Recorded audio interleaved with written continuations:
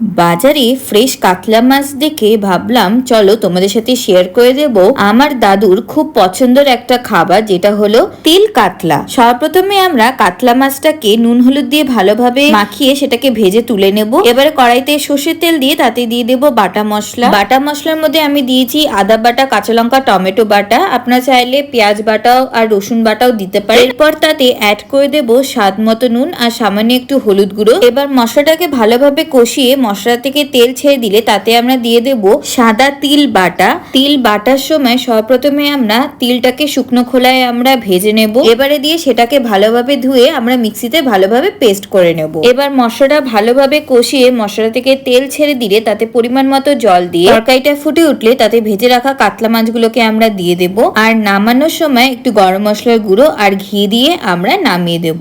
মনে রাখবেন এটা কিন্তু একদম মাখা মাখা হবে। তৈরি আমাদের তিল কাতলা। এটা পরোটা বা রুটির সাথে খেতে দারুণ লাগে। অবশ্যই এটা ট্রাই করবেন। রেসিপিটা ভালো লাগলে চ্যানেলটাকে সাবস্ক্রাইব করে নেবেন। ধন্যবাদ।